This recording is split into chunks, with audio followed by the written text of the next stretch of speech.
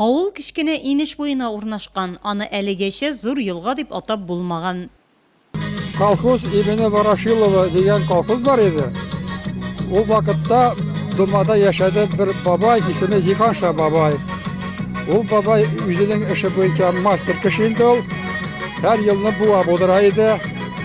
Без яшь үсмерләр ул вакытта чыбыклар ташыйдык, урман атлар белән тирис ташыйдык, җир ташыйдык, трактор белән трамбовай тәләйдә шулай итеп безнең буа бик матур буа була иде һәр елны.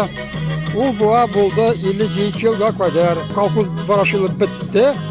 Аннан булды совхоз Восход, и шуннан башлап безнең авылда буа булмады.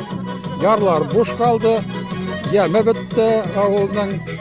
Быелгы елдан биредә төзелгән һәм 400 кубик метр су сакларга сәләтле буа шушы җирлектә яшәүчеләр өчен җылы диңгез ярларыннан кадерлерәк. Инде менә янәшәдә Каенлык чишмәсе, ял урыны итеп төзекләндерелгән саф сулы тулы бер ял комплексы.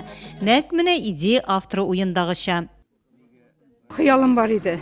Бу авыл ике якта Кармет чишмәсе дип йөртәдер. Бу Каенлык чишмәсе дип. Кармет чишмәсе янында без үзебез торадыр. Каен чишмәсе янында әниемнең әнисе тора иде. Мин монда килеп, һәр вакыт аңарга су алып кайтып, шулай аның янына йөри торган идем. Тәртипкә китерергә дигән ният килгән иде. Анда бер труба куйганнар иде. Шушы трубадан су ала башлады халык. Күпмедер вакытлар үткәннән соң ул тау ишелеп, анда су килеп, ул чишмә аста калды. Үткән ел бу җирдә платина рейс оештыргач, салгач, бу чишмәне күрдем дә, яңадан шушы хыялым минем килеп чыкты. Талия, син бер әйткәнең бит, моны эшлә син хәзер. Шушы Каенлык чишмәсен бастыр сафка дип.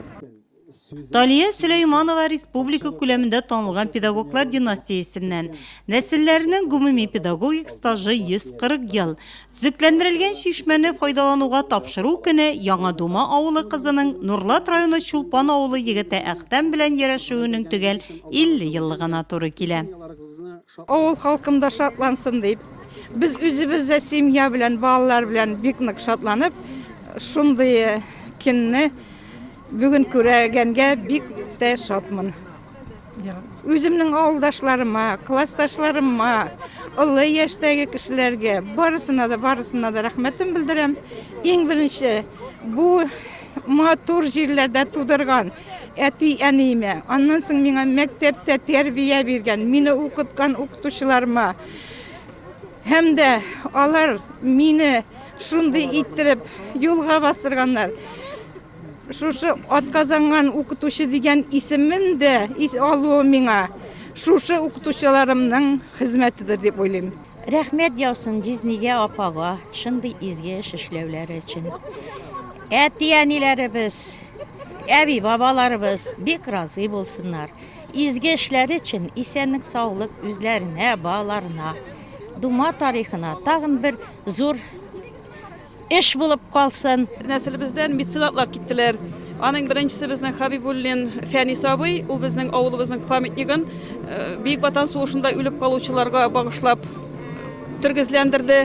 Аларга бик зур рәхмәт җиткерәбез. Һәм инде икенчедән менә Талия апабыз безнең, аның менә буасы, алар исәбеннән ясалган бит инде безнең авыл буасы, һәм инде чишмәбез.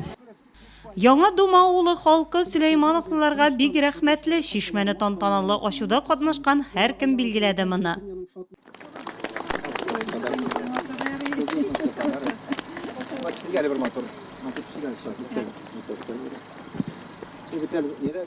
Шатландым, мондый буа булганга. Бу бит инде авылның яме, бу авылның киләчәге. Менә бу Талиягә сеңелеме, Әхтәмгә иптәшенә, рәискә, безнең братка, аларга бик зур рәхмәт.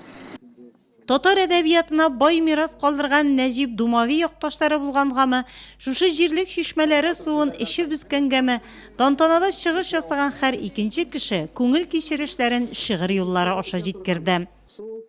Онытылып барган чишмәкәйгә җан өрүче Әхтәм, Рәис һәм дә Талия һәр адымыгызга рәхмәт әйтеп, изге чишмә сезгә башлый.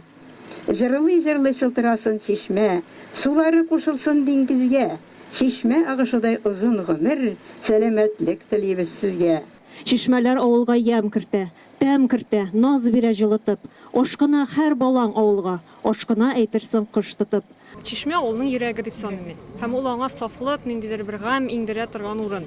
Һәм бу чишмәнең һәм ул әле изге урынлы чишмә, шулай төзекләндерелүе үзе бер вакыйга. Ул чишмә суларын үсеп эчкән кешенең шушы чишмәне кабат терелтүе, авылга ям иңдерүе. Кешеләр без яшьләргә үрнәк бирә дип уйлыйм. Кайынның чишмәсен ачу яңа думада шын бәйрәм төсен алды. Ипи туздан авыз итү, чишмәне төзекләндерүне тормышка ашыручыларга бүләкләр, ал тасма кисү. Соңыннан Сөләймановлар чишмә янында ук авылдашларын сыйладылар. Чишмә чаңына самавыр шауы да кушылды. Чишмәләр моңына уралып, бәрәкәт иңгәндә авылга.